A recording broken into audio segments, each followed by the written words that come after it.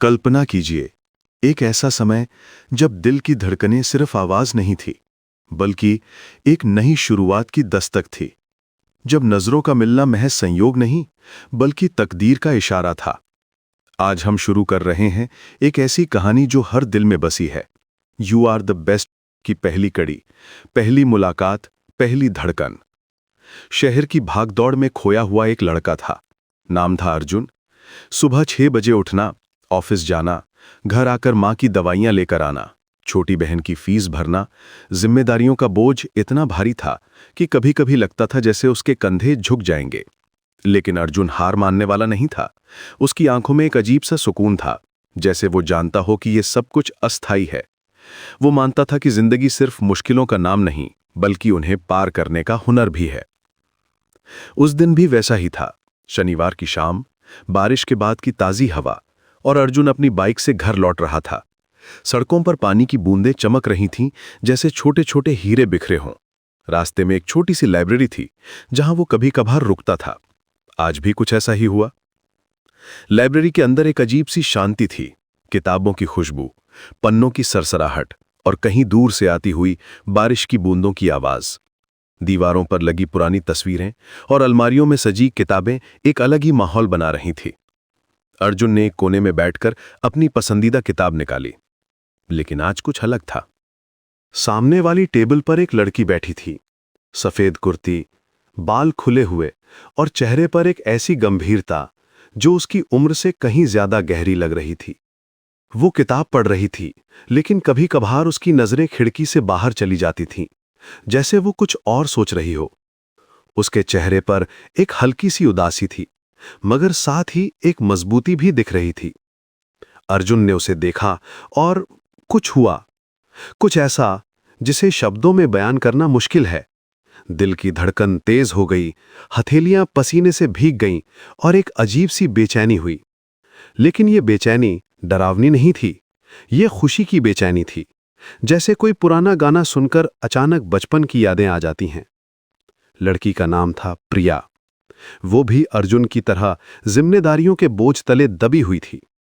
पिता की बीमारी, घर की आर्थिक स्थिति, और अपने सपनों को एक तरफ रखकर परिवार के लिए जीना, ये सब कुछ उसकी आंखों में साफ दिख रहा था।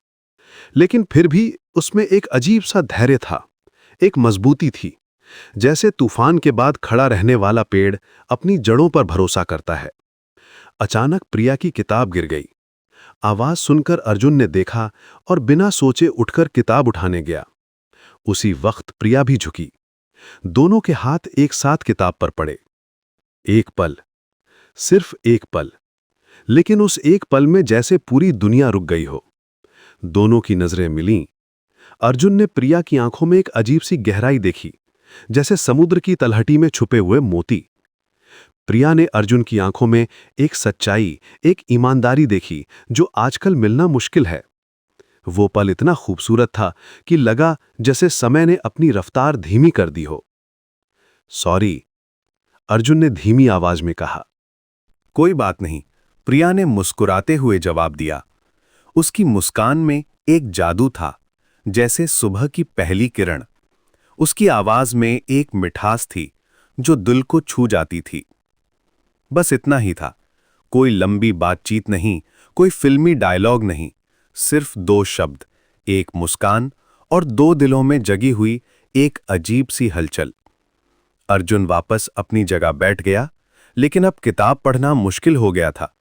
बार बार उसकी नजरें प्रिया की तरफ जा रही थीं। प्रिया भी कुछ ऐसा ही महसूस कर रही थी। वो किताब के पन्ने पलट रही थी, लेकिन शब्द उसके दिमाग में नहीं जा रहे थे। हवा में जैसे कुछ अलग था, एक मीठी सी खुशबू, एक नर्म सा एहसास। कुछ देर बाद प्रिया उठी और चली गई। जाते वक्त उसने एक बार अर्जुन की तरफ देखा और हल्की सी मुस्कान दी। अर्जुन का दिल जोर से धड़का।